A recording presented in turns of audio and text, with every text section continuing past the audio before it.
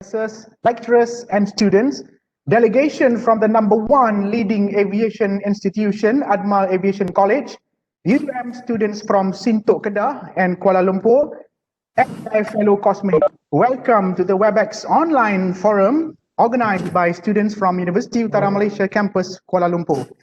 Just a very soft and humble reminder to all audience and participants, please look at the chat box. There is a link for all of you to register. Our ICT team will upload the link from time to time. Please check it out. I am Muhammad Hazim bin Abdul Ghalib, your first session moderator for today. All right. I want to take this opportunity to say that we are so grateful for the opportunity given to coordinate and organize this meaningful conference. This platform presents actually an opportunity for all of us to acquire considerable knowledge on the subject of strengthening communication skills and personality development for our future workforce in an important aspect. So, let me introduce our two panel members for our forum for today before we proceed.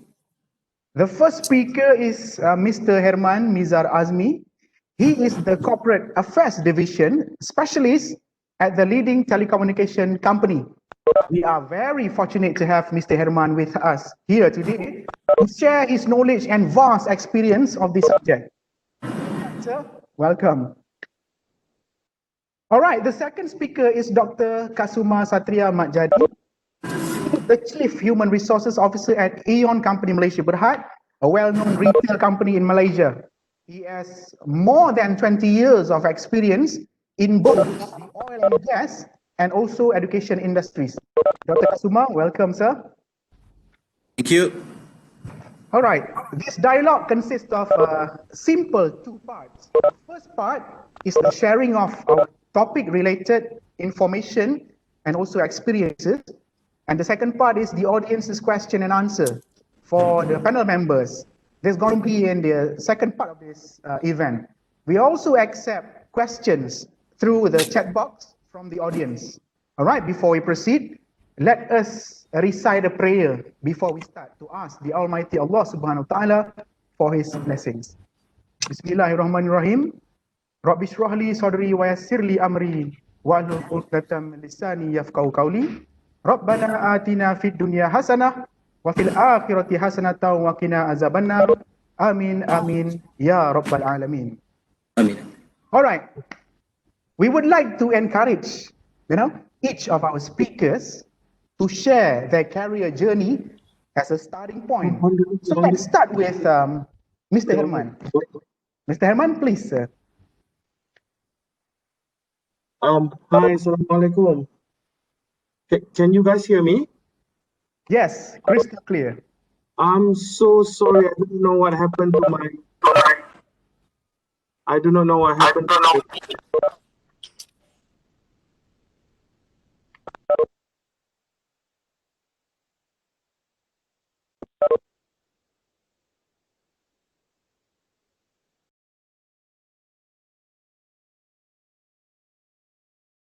Oh, it seems like technical problems, difficulties for Mr. Herman. But no worries. Now we can proceed to Dr. Kasuma. Please, Dr. Sir. Thank you, Azim. I like your energy and confidence. Kudos. All right. Rasa dah macam dekat TV dah, Azim. Which is really, really good. Yeah, okay. Yeah. My name is Kasuma. I just call me Kas. Okay, I was born in Sabah, KK. And after that, I was brought up in Negeri Sembilan, in Jelebu, Negeri Sembilan, from a rural kampung. So rural to the extent that until today, there's no Maxis line. Okay, that's my kampung in Jelebu, Negeri Sembilan.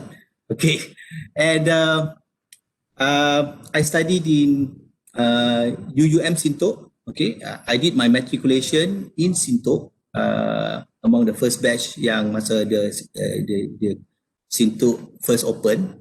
All right, and then after that I did my masters. I did my degree, BBA on international trade, UUM. So I spent 6 years in UUM, And I also happens to met my wife in UUM, okay, final semester after practical. Okay, anyway, that's basically my UUM experience. I still have friends in UUM macam Dr. Hendrik is still there kan dengan Dr. Hazim.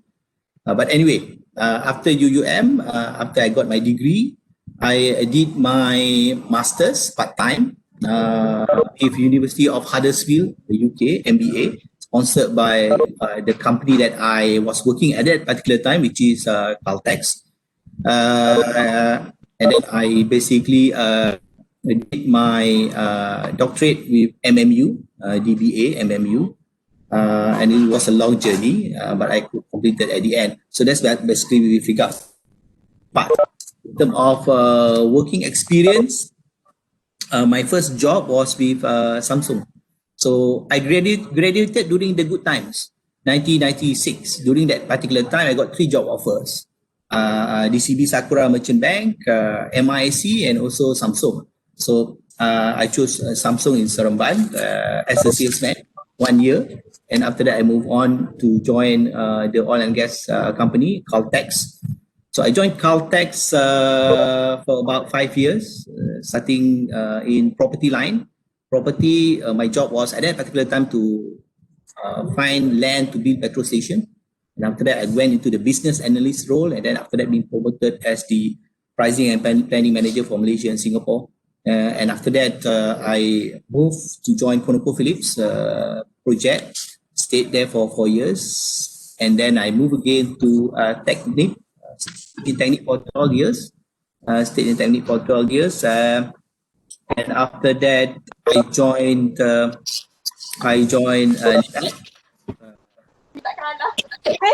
with education, and currently I'm with Eon Group of Malaysia. So that's basically a brief with regards to myself. Thank you. All right. Thank you, Dr. Kasuma. So it's kind of like,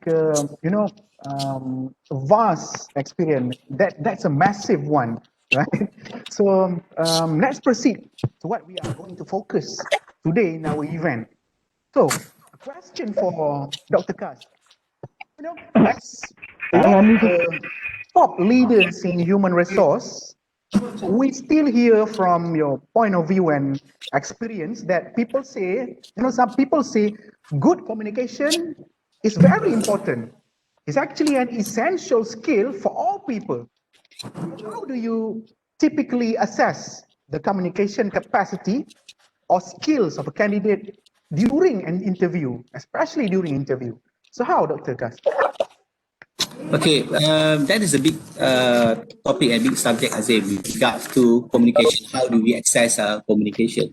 But then when you talk about communication, communication is not just about having good command of English. The ability to speak well is good, something that we really, really want. And that is just the first, that's the starting point. The starting point. What we are looking for would be the content. The content, because in the past, I think a lot of the hiring managers, they recruit people because of good English. But then they found out that the people cannot perform the job as required. So having ability to speak good English is needed, but more importantly will be the content that we are seeking for. So when we interview people, we look for a lot of things, because when the person comes to see us, he or she will bring their personality together.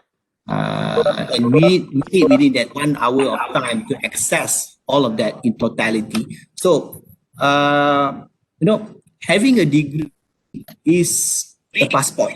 Having a degree is just a passport for you to basically be for that interview. Okay, but it does not guarantee the person will get it. Okay? It's like you have a passport, but then you still need a visa. And the visa that we needed, for example, like would be the thinking process, the ability to solve problem, the hunger, the maturity, the motivation, the people skill, and we need to basically assess that all within 1 hour as much as we can as possible. One thing I can see is that there's a lot of difference between a person with a good degree and without. For example, in terms of stress management, in terms of decision making, because when there should be a difference before and after, meaning that if you have a degree, your ways needs to be different compared to those that doesn't. So it's like that a difference with no difference is a no difference. Right? I repeat that. A difference with no difference is a no difference. Meaning, if you have a degree and you are expected to be different in terms of the way you communicate, the way you express yourself, the way you describe yourself even compared to those that doesn't. Okay, normally in Eon, what we did is basically we start with the personality test. We start with the personalities, the DOPE. Raihan is very familiar with regards to that. So we basically look at their personality, whether they are dove, owl, peacock, or eagle. Okay. But that is just a starting point, because whether you are a dove, eagle, peacock, or owl is who you are. It's your personality, right? It's for us to get to know you.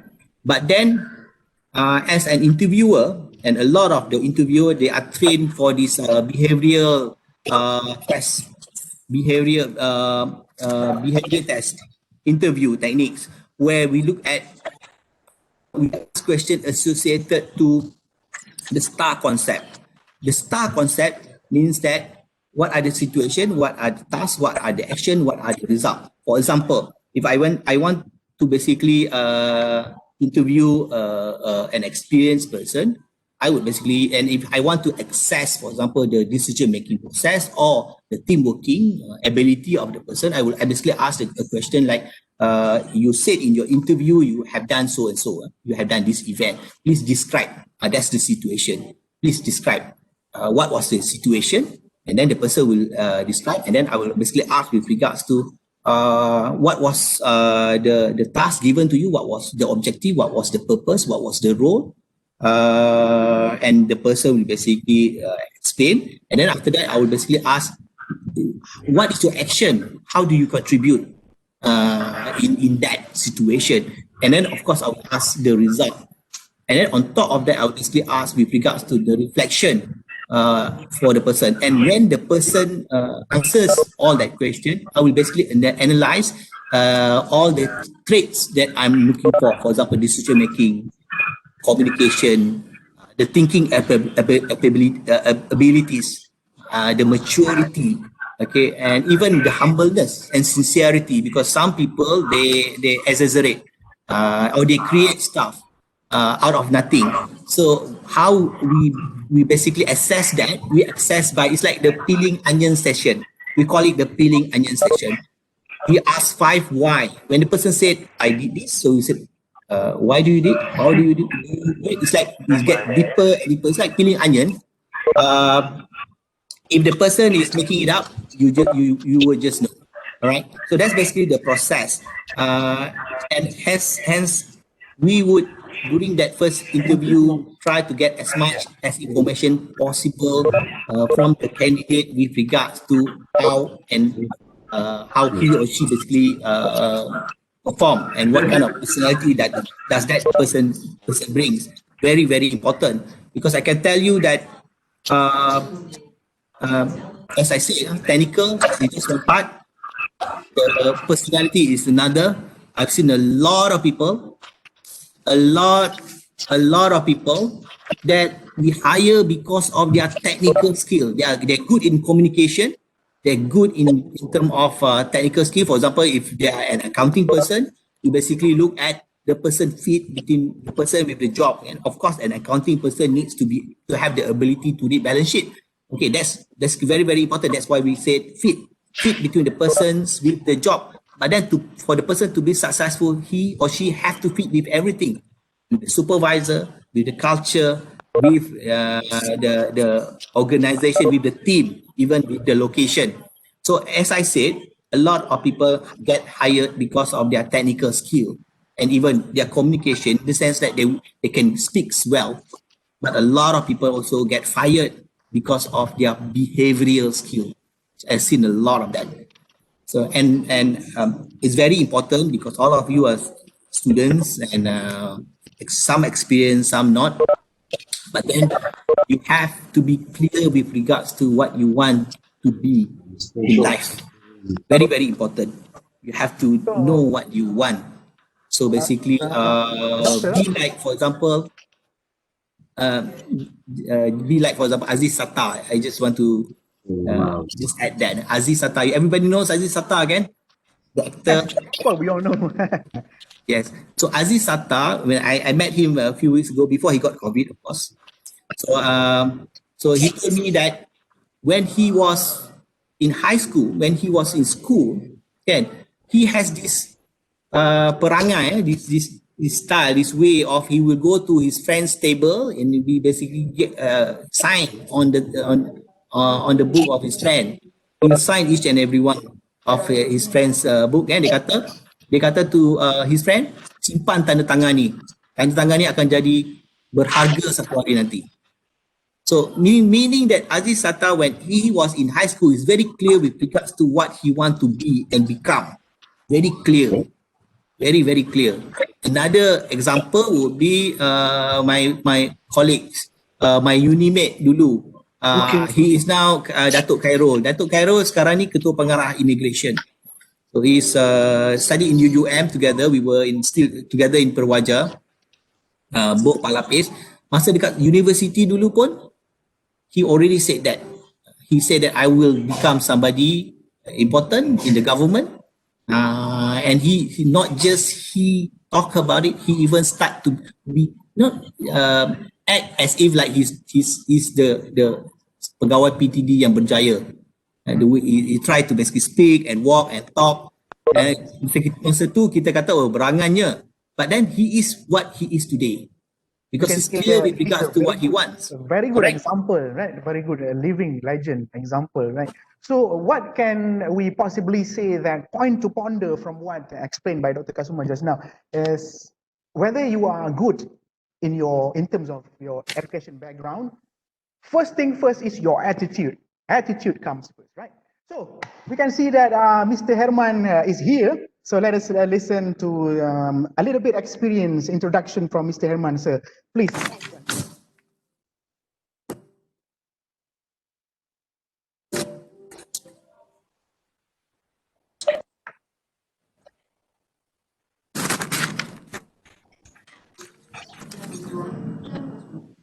Can you guys hear me? Yes, of course, sir. Crystal clear. We can see you now, Herman. I have a thumbs up from everybody. Can I have a thumbs up? Thank you so much. Assalamualaikum. Once again,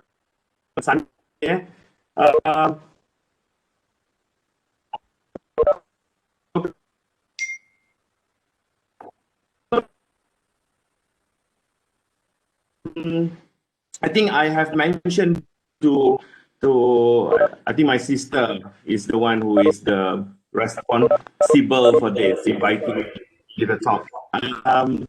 All the students, thank you so much. UM, the students, thank you so much for having me. My name is Izar Azmi, Herman bin Izar Azmi.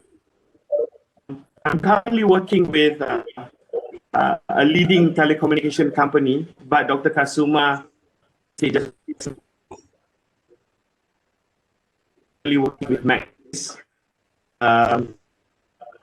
Please do not record this in your Instagram. I'm not allowed to. I'm not approved spokesperson.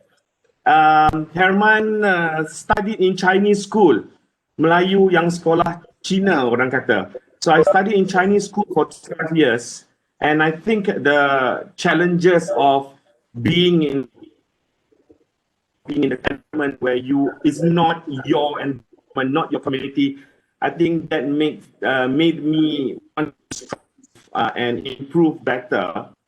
How would I say? I mean, if you imagine if you could have, if you found a passion to even learn Mandarin,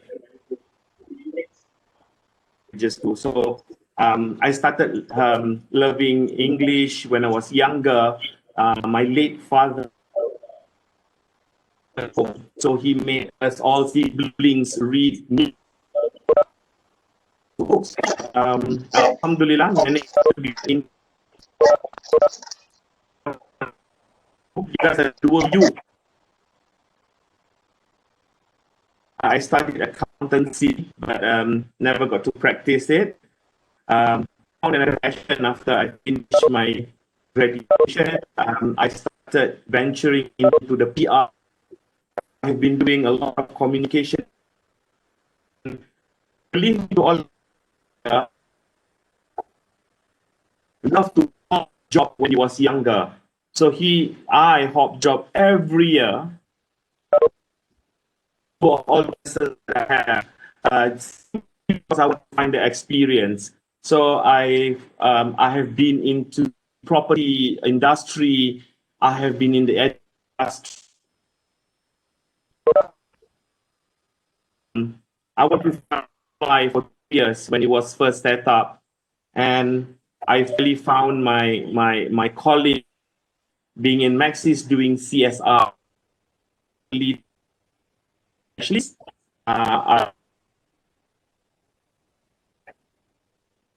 Actually to the rural communities in Malaysia. That's about me. All right, thank you. But one question for you, Mr. Herman. So we can say that this is a narrative, right? So effective communication we are talking about now. So effective communication is actually, crucial. As you know, and miscommunication, may lead us to disputes and frustrations. So how would you define satisfactory, or how would you describe, according to your own perspective, the effective communication, as a person nowadays? So based on your experience, how to achieve the effective communication, especially for employees? I'm going to talk from my experience, yeah. For communication. As I was speaking to my friend yesterday about how do I approach, I think I enough all the day from Atma who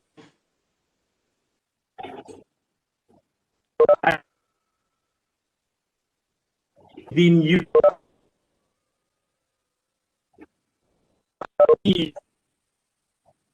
speaking in the WhatsApp language. You tend to my pet peeves are the conglomerates, and that's mean, simple things like that. You tend to shorten these words, and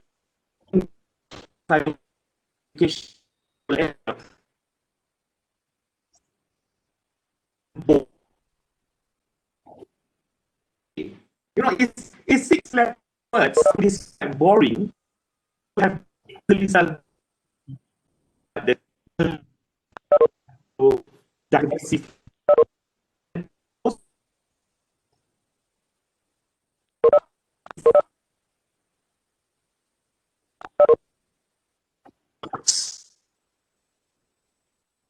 to English. So that is very, very important. So I would say effective communication is to convert what you want to say, cuba cakap. You try to cuba cakap, and then you put it into words, and then when you put it back, you do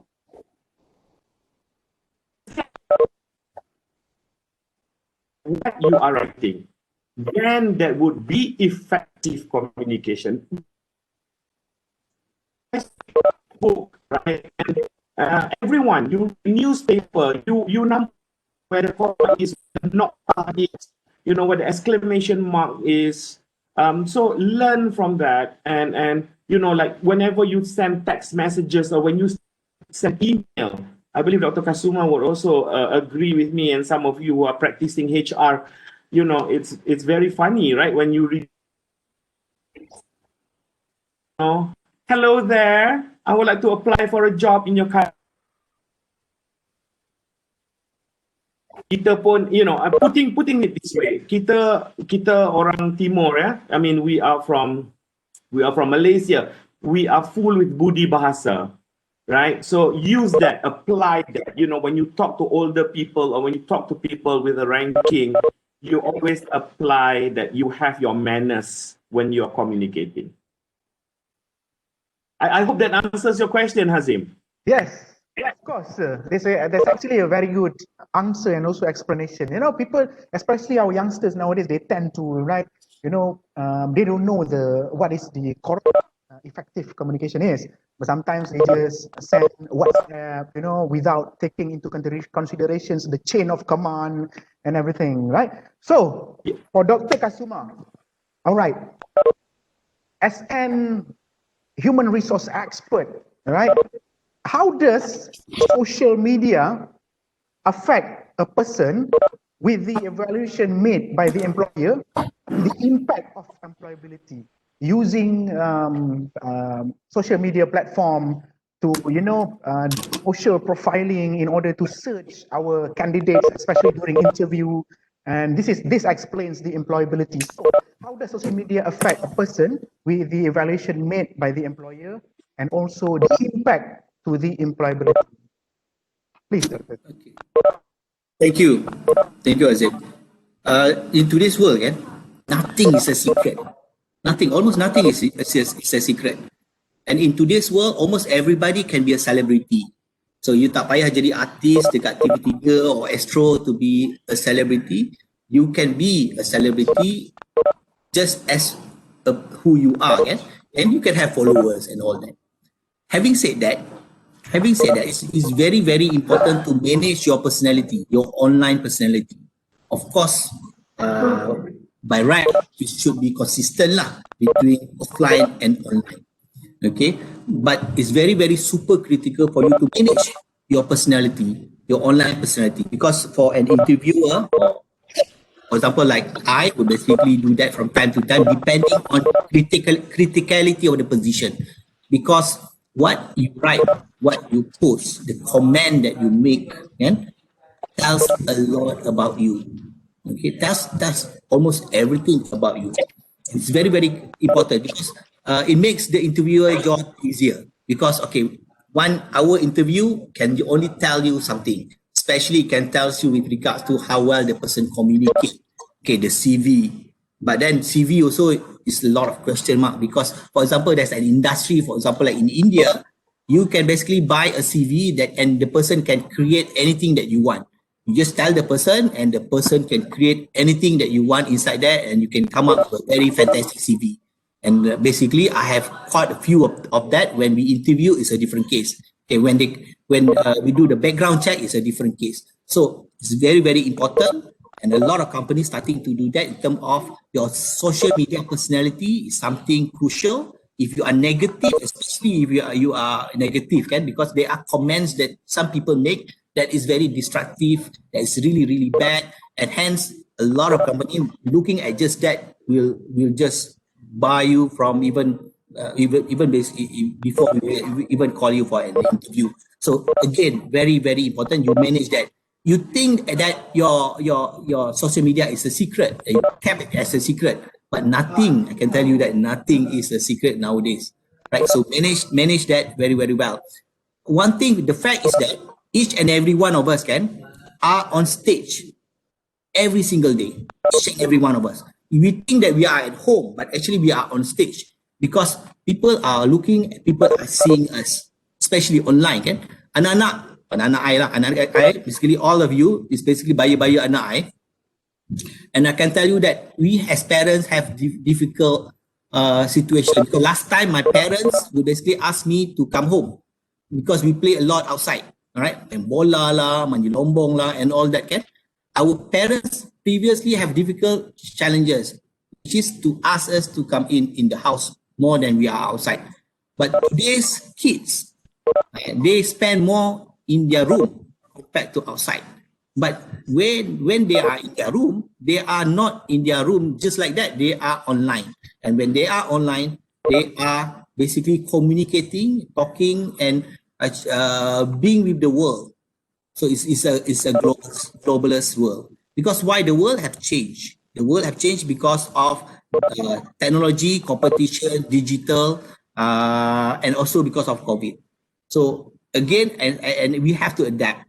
And as I said, you are all on stage, whether you like it or you don't like it, you are on stage. Being on stage means what? Being on stage means that you yourself are a brand.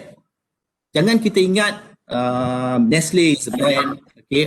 Eon is a brand, Maxis is a brand, TNB is a brand, Petronas is a brand. Sebenarnya, each and every one of us, every single one of you are a brand, your brand. Okay, the problem is, how do you promote your brand? How do you take your brand to the maximum? Do you want to take your brand to the maximum, your personal brand? If your brand is good, if your brand is trustworthy, and people will buy, people will take you, people will hire, and you will not get wrong. You know, you're there. And that is very, very important. So it starts with the social media, okay, and it will lead to a lot of things. Because why? Because as I said, company they look for red flag ni tau. Bila dia tengok your social media, they look for the red flag. You know red flag kan? It's basically about your whether you're positive or you're negative. Whether you're positive or negative. Very, very important to always stay positive. I know for the fact that everybody, basically you have your good day and you have your bad day kan? It's normal and nobody's perfect. Yeah. Everybody have their good and bad day. Managing your good day is easy. Managing your good day, no problem.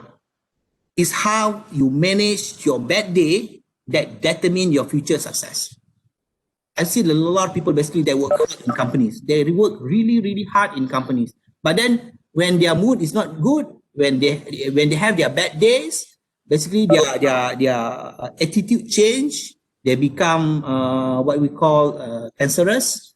They don't work well with the team. They fight with people. And you know, regardless how hard the person work, how smart and brilliant the person is, they can never reach their breakthrough. Because dia macam what we call theory of critical mass. Macam kat zaman dulu, you masak air pakai cerek yang berbunyi tu tau. Bila dia panas, dia cukup masak, dia akan berbunyi. Sekarang tak ada. Budak-budak modern today, you don't see that. Alright. But if the temperature keep on, kejap panas, kejap sejuk. Kejap panas, kejap sejuk kan. Play along those lines, the air will never tak jerang lah, meaning that it will never reach the boiling point. That's the thing. It will never reach the boiling point. So you have to make sure you manage your bad day. Regardless, you have your bad day, you make sure that you don't sabotage your own self. And you continue to be positive, continue to be positive, regardless bad or bad day or good day, you continue to be positive until you reach your personal breakthrough. Then you are there. Once you reach your personal breakthrough, you can go very, very far. I can tell you a lot of people, and I've seen, especially in HR, because I'm in HR, I've seen a lot of people basically, they are smart, they are brilliant, but they don't go very, very far because they sabotage themselves.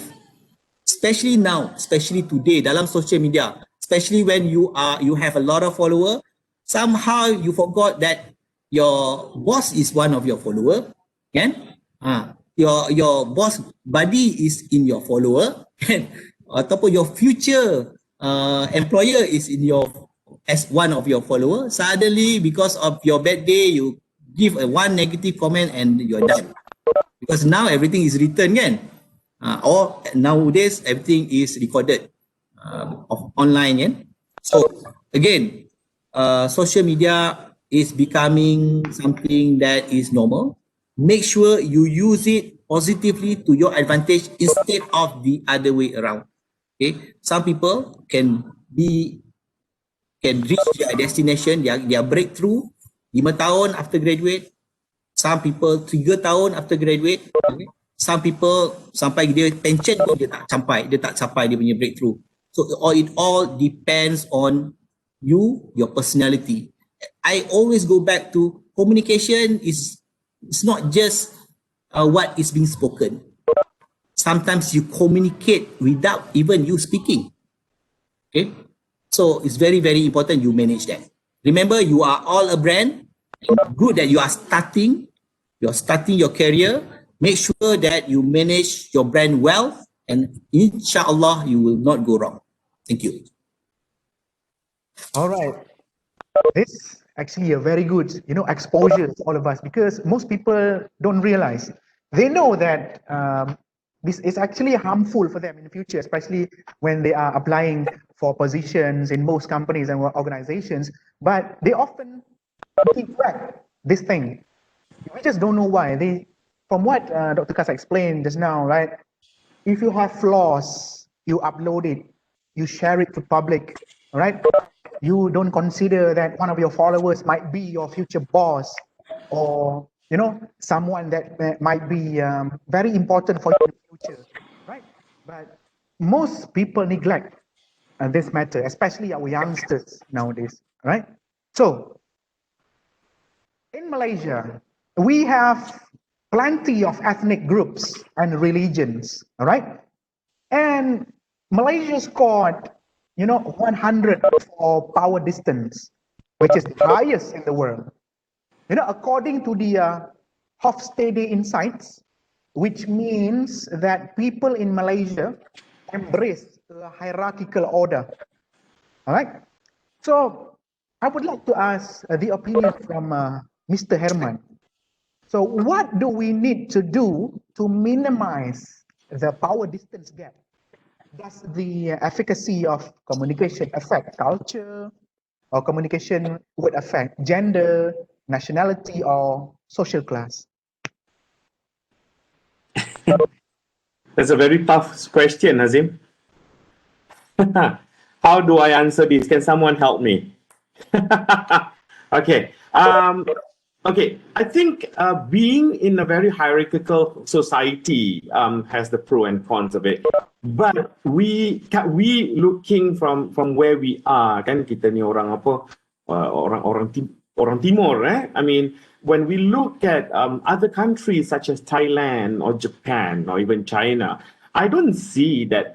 I don't personally see there's nothing wrong about respecting or having the hierarchical in our society. I think at the end of the day, we were taught, we were groomed from small to always respect our elderlies. We always have to respect our abang, our kakak, our mak long, our mak ngah, or even our tok lang, So that in a way showed us where we are supposed to be, and it also puts us into place. Sometimes imagine if we are in the West, kan? Sometimes I personally, sometimes when I have a young kid by the age of 7 who call me Herman, like tak ada uncle, tak ada brother, tak ada sir, it's not good. So I think it is very important. But I think what is also important is to have the trust. So, and also the transparency inside of us. To me, everything revolves around us. So you need to know what you are doing, and you have to be clear of your conscience. You have to be clear of your intentions. So that I think that is why we were rated 100%, right? Because we respect. We have to have that respect, and we have to have that trust towards somebody else. I don't think it's just a matter of somebody elder than you or older than you, or somebody with a higher ranking. But I think among us also, I think if I were to meet some of you, as much as I am an abang to most of you, but at the end of the day, I would still have to listen. I would have to digest what you want to communicate to me, and then what can I impart my knowledge to all of you in what you want to learn. Like, for instance, for today's, so like I'm sharing what I have, like dah menggelabah dah ni. Apa saya nak jawab ni? I think that's what I want to tell you guys. It's good to have hierarchy, but do not always. Lagi satu, kita orang Timur, right? We always feel inferior, or what the English always called it, the inferiority complex. Do not have your inferior. You are clear of what you want. You ask nicely, right? You request nicely, and then things will fall into place. In fact, I just want to share one experience. I attended a learning session. This is called the Transformational Leadership Workshop, organized by Maxis to some of the selected staff. So what happened was that they teach us how to turn complaint into requests. Yeah. So I think I would like to share that with all of you. So rather than we always want to complain, try to one day turn your complaint into a request. So that might help in terms of your effective communications. Over to you. Oh, thank you, Mr. Rahman. So that's actually a very good point. We still gonna have to adapt that situation, right?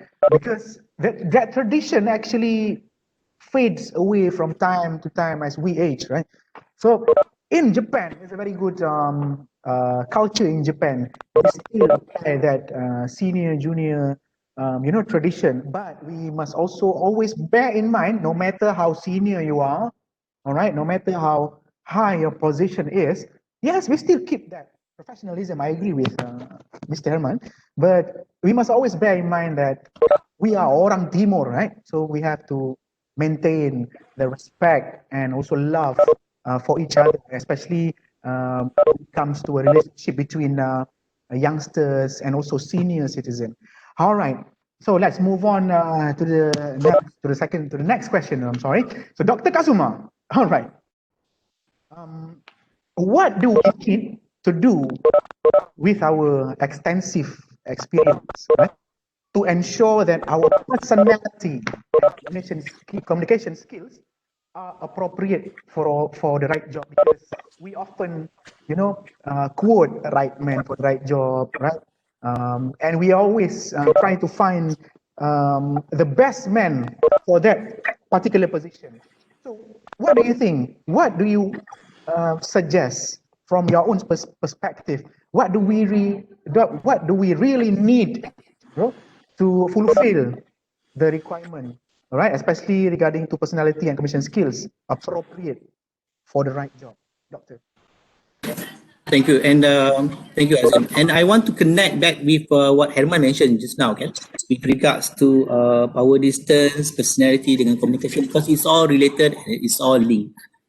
When you basically look at, just to add on, power distance, okay, there's no one shoe fits all actually, because I happen to basically work with Korean, Samsung, and then I'm working with Japan companies now, Aeon. And my oil and gas, 12 years oil and gas experience, basically I work for American and also French company. And I also work with GLC, Khazanah subsidiary, LibAd Services, okay. That's why I met Raihan, okay. And in Aeon, Kencana, basically are my colleagues. So we are in the same office. So happy to see you all. Yes, happy, Doctor, to see you too. Thank you. Okay. So regarding power distance, it very much depends on the culture of the organization. I can tell you that Japanese, Korean, American, French, all very different. Malaysian, all very different. You cannot use the same strategy to fit all. I am different when I was working in LibAd. Yes, I am in Aeon.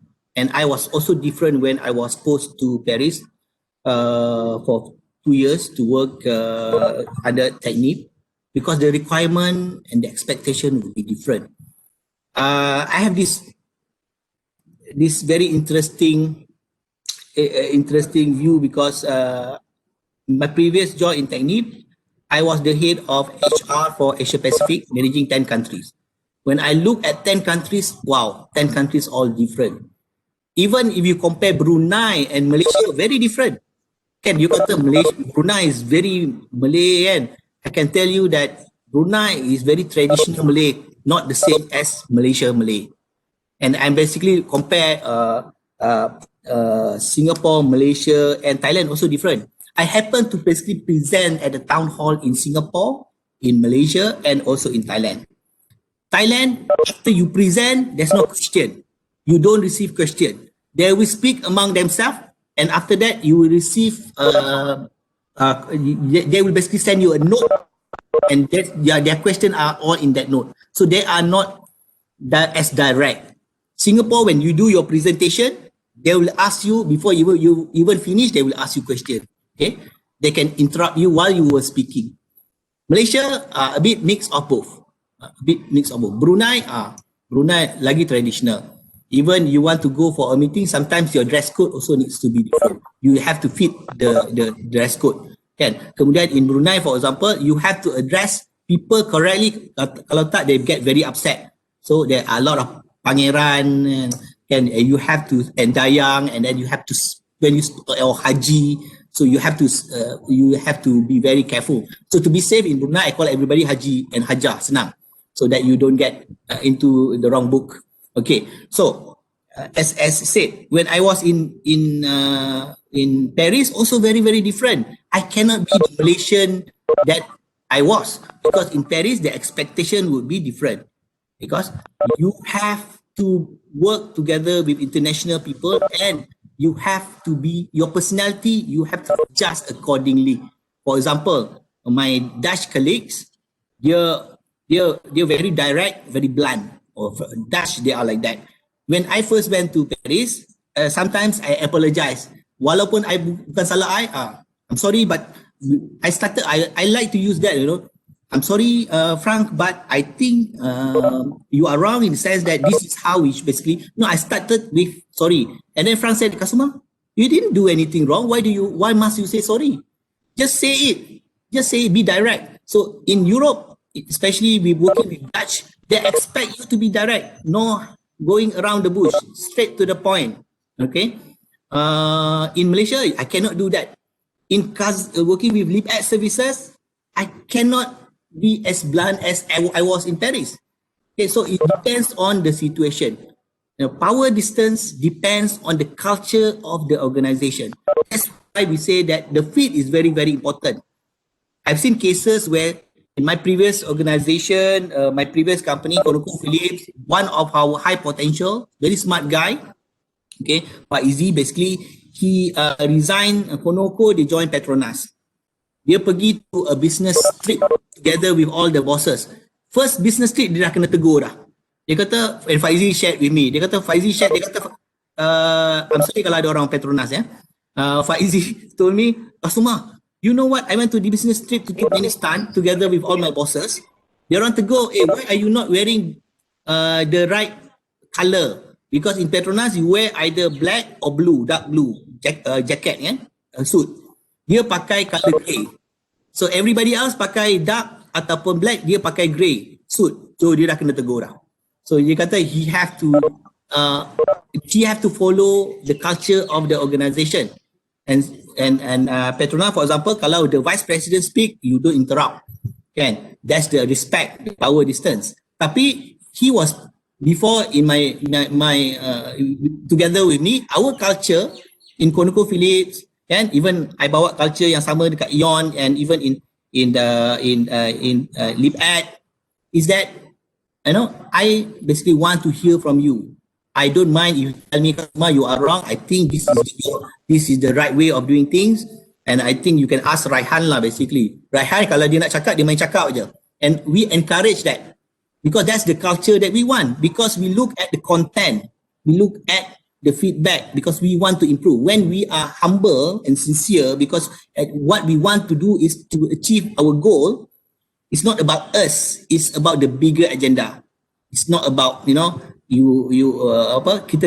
when you know the person is positive, you trust the person, you have that same culture, and is you won't get it wrong.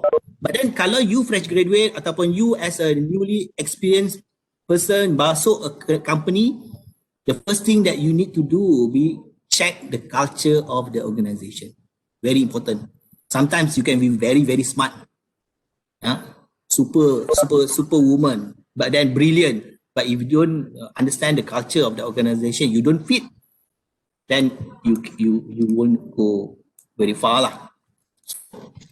My personality is that I employ these three things, which is agile.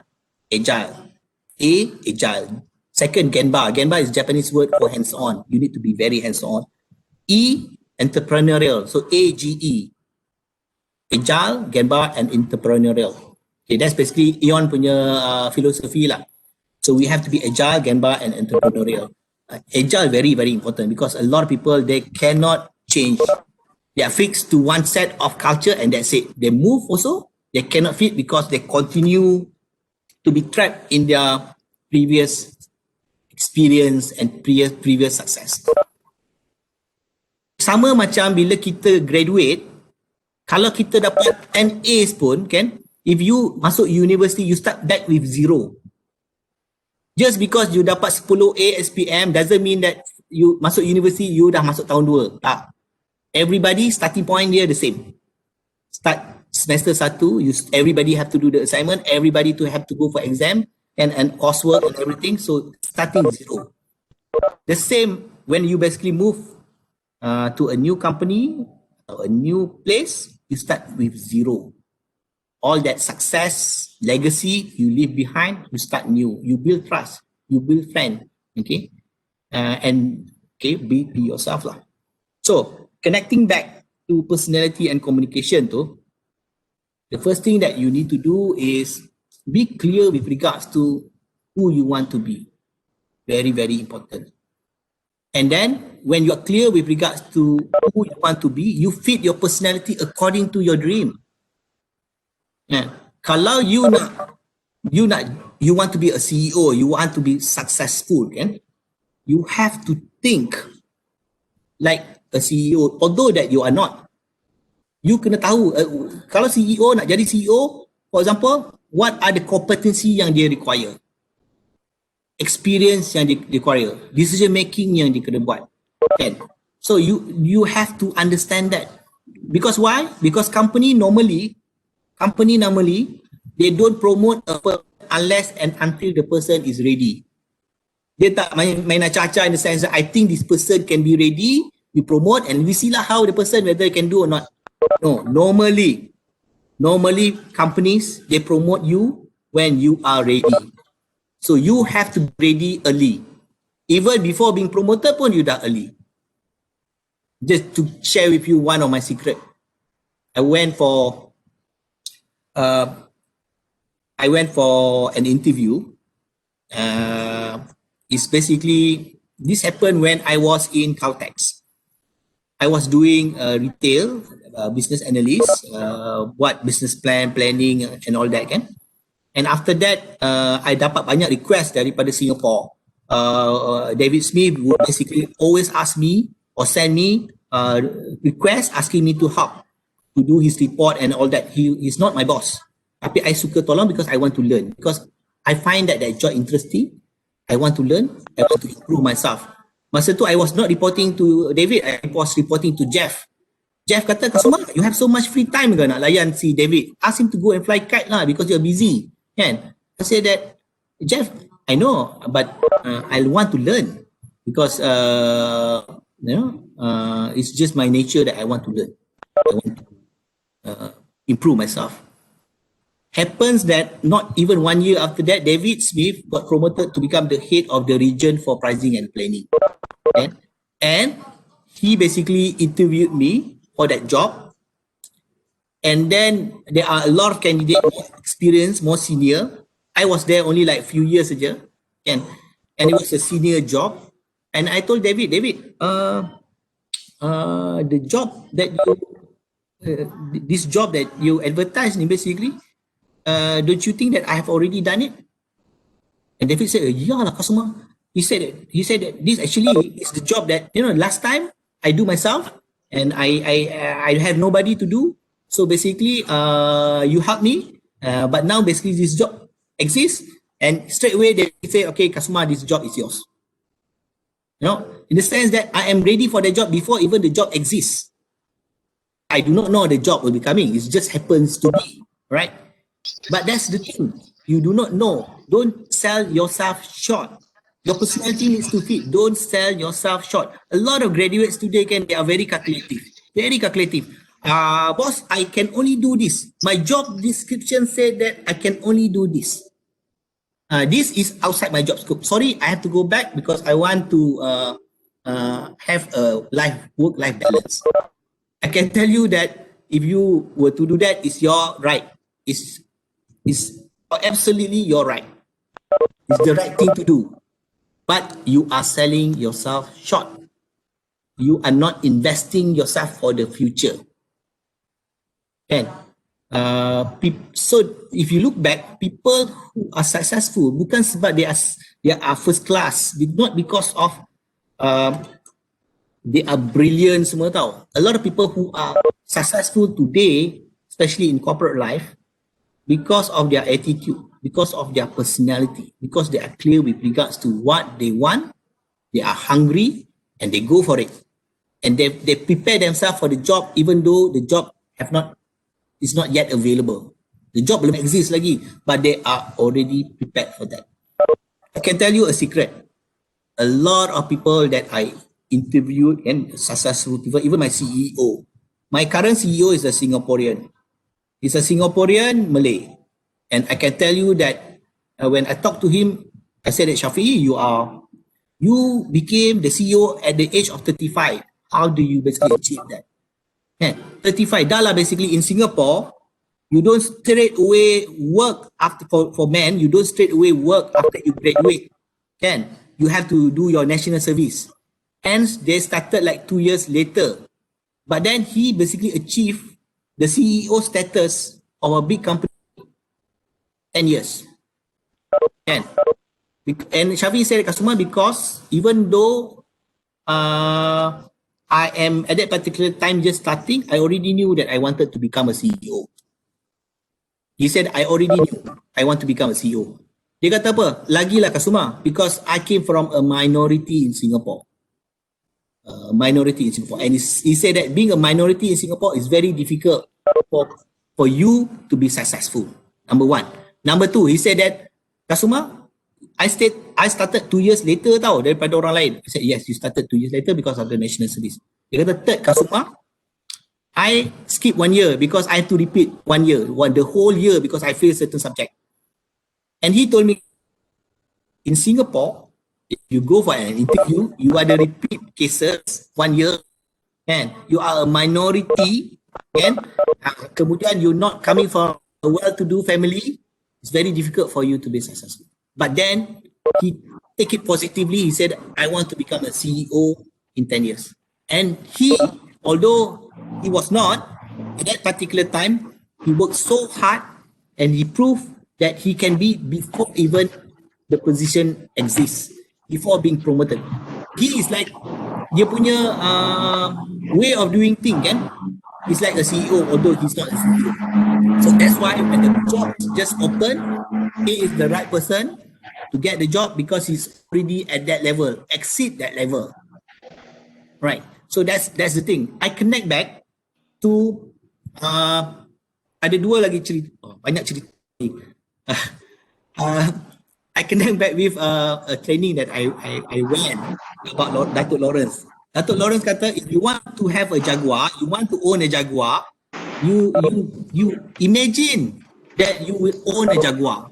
Be very clear with regards to what you want. Dia sampai peringkat apa tahu? Dia potong gambar Jaguar, dia letak dekat cubicle dia kata, one day I will own that Jaguar. One day I will own that Jaguar. Dia basically convince dia punya subconscious mind that he will basically have that Jaguar.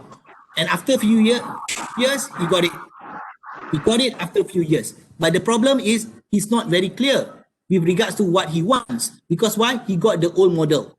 Because the Jaguar photo that he put at that particular time was the latest model. Then after a few years, it's no longer the latest model. So it's a con model. So he got what he wants, but not actually what he wants. So be very clear with regards to what you want. Okay? So and this is connected to tafsir surah Kursi yang mengatakan bahawasanya aku adalah seperti mana sangkaan hamba-Ku. I hold that word. Aku adalah sangkaan seperti mana sangkaan hamba-Ku. Meaning that we have to always